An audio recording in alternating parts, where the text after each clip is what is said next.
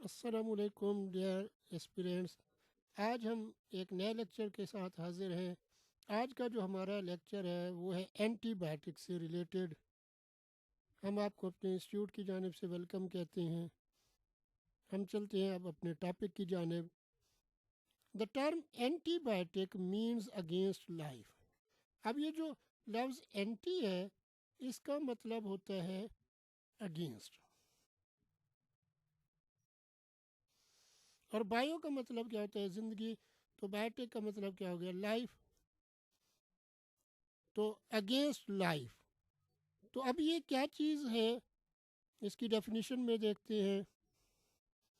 Antibiotics are antibacterial drugs. क्या है जी? ये एंटी बैक्टीरियल ड्रग्स हैं, मेड सिंथेटिकली। सिंथेटिकली का मतलब क्या होता है? लेबॉर्ट्री में या सन्नती पैमाने पे तैयार करदा चीज़। और obtained from living organisms such as fungus or mold that inhibit। inhibit का मतलब होता है रोकना, मना करना, बाज रखना। द ग्रोथ ऑफ बैक्टीरिया और डिस्ट्रॉयज बैक्टीरिया। अब ये क्या है जी? एंटी बैक्टीरियल ड्रग्स हैं, अद्वियात हैं, जिनको कहाँ पे तैयार किया जाता है? सिंथेटिकली तैयार किया जाता है, यानी सनती पैमाने पे या लेबॉर्ट्री में, या फिर ये हासिल किया जाता है ऑब्टेन्ड फ्राम लिविंग ऑर्गेनिज्म। किन से हासिल किया जाता है इनको? जो लिविंग ऑर्गेनिजम्स होते हैं, जैसे मिसाल यहाँ पे दी गई है फंगस, जो फफूंदी वगैरह, या मोल्ड से हासिल किया जाता है। जो क्या करती हैं जी? दैट इनहिबिट, जो रोकती हैं। किस चीज़ को रोकती हैं? मना करती हैं या बाज रखती हैं द ग्रोथ ऑफ बैक्टीरिया। या तो वो बैक्टीरिया की ग्रोथ को रोक देती हैं, और डिस्ट्रॉयज बैक्टीरिया, या फिर जो बैक्टीरिया हैं उनको क्या कर देती हैं? डिस्ट्रॉय कर देती हैं, तबाह कर देती हैं, ख़त्म कर देती हैं। लिहाजा ये एंटी बैक्टीरियल ड्रग्स हैं, जिनको सिंथेटिकली तैयार किया जाता है, या फिर इनको लिविंग ऑर्गेनिज्म से हासिल किया जाता है, जैसे कि फंगस या मोल्ड है, जो कि क्या करती हैं? दो काम करती हैं। या तो बैक्टीरिया की ग्रोथ को रोक देंगी, या फिर उनको क्या कर देंगी? किल कर देंगी, ख़त्म कर देंगी, तबाह कर देंगी। अब फर्स्ट एंटीबायोटिक वाज पेनिसिलिन। अब ये ऑब्जेक्टिव में चीज़ पूछी जाती है कि जो पहली एंटीबायोटिक थी वो कौन सी थी, तो उसका नाम क्या था? तो that is penicillin. Discovered by Alexander Fleming. जिसको किसने डिस्कवर किया था? अलेक्जेंडर फ्लेमिंग ने किया था। कब किया था? 1928 में, 1928 में। ये ऑब्जेक्टिव में चीज़ पूछी जाती है। लिहाजा फर्स्ट एंटीबायोटिक कौन सी होगी? पेनिसिलिन होगी, जिसको किसने ड्राफ्ट किया था? अलेक्जेंडर फ्लेमिंग ने किया था। और कब किया था? 1928 में किया था। अब है जी सम कॉमन एंटीबायोटिक्स। कुछ कॉमन जो एंटीबायोटिक्स हैं, जो आम सी एंटीबायोटिक्स हैं, या जो वेल नोन है, या जिनके बारे में नाम वगैरह आप लोगों ने सुने होंगे, तो वो देखते हैं कौन सी हैं जी। एम्पिसिलिन, वो कौन सी है जी? जैसे एम्पिसिलिन होगी, टेट्रासाइक्लिन, स्ट्रेप्टोमाइसिन, जेंटामाइसिन, क्लोरम फेनिकोल होगी जी, कैनामाइसिन होगी, साइक्लोसिरीन होगी, ग्रेमिसिडीन होगी। सारी याद रखने की ज़रूरत नहीं है। मशहूर मशहूर जो आपने नाम सुने हों, जैसे ये एम्पिसिलिन सुना हुआ नाम ज़्यादातर होता है। टेट्रासाइक्लिन भी है, स्ट्रेप्टोमाइसिन, जेंटामाइसिन, कैनामाइसिन, ग्रेमिसिडीन, ये ज़्यादा मशहूर या सुने हुए नाम होंगे आपके।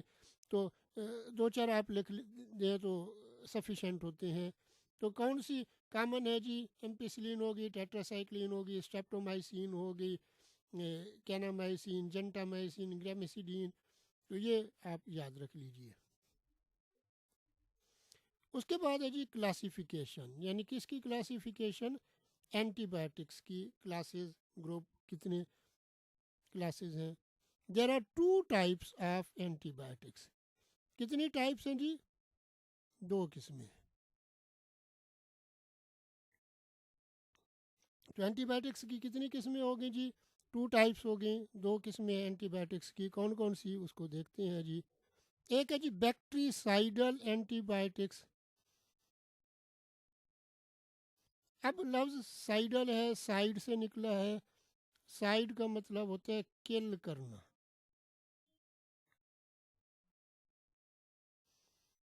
साइड का मतलब क्या होता है जी? किल करना।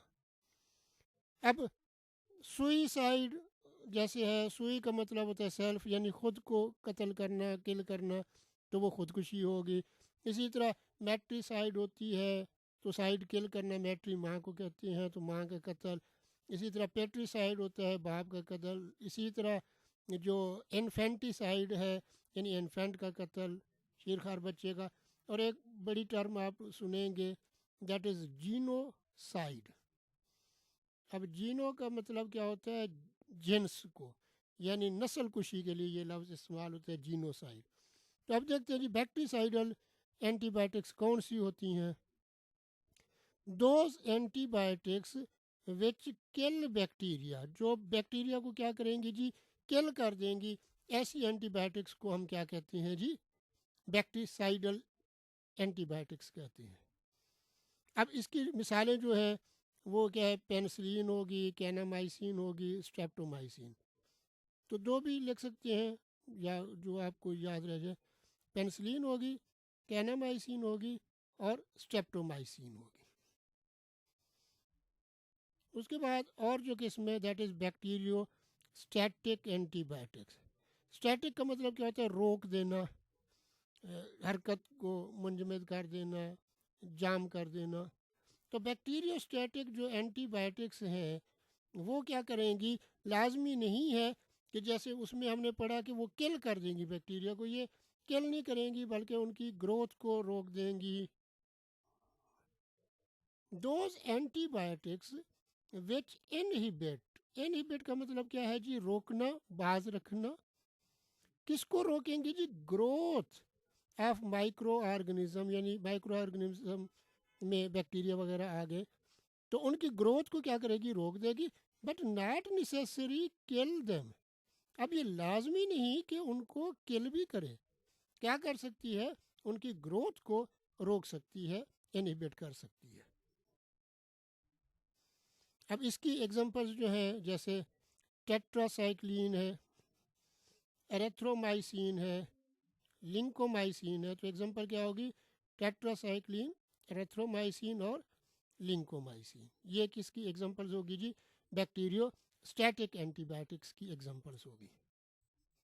इसके बाद है जी लिमिटेशंस एंड साइड इफ़ेक्ट्स, यानी इसकी जो खामियां या जो इसके साइड इफ़ेक्ट्स है किसके जी? एंटीबायोटिक्स के। उनको अब हम देखते हैं जी। Most of the antibiotics are not effective against diseases caused by viruses, यानी वायरस से जो बीमारी फैलेगी उसके अगेंस्ट ये जो एंटीबायोटिक्स हैं ये ज़्यादातर इफ़ेक्टिव नहीं होती जी। These drugs are commonly associated with outward reactions। क्या हो सकते हैं जी? कुछ रिएक्शंस हो सकते हैं, जैसे हाइपर सेंसिटिविटी है, डायरेक्ट टॉक्सिसिटी होगी, जहरीलापन जिसे आप कहते हैं, लाइक नोजिया, जी मत लाना जैसे कहते हैं, वोमिटिंग, कै वगैरह आना, एंड डायरिया जिसे इसहाल या पेचिश या दस्त कहते हैं।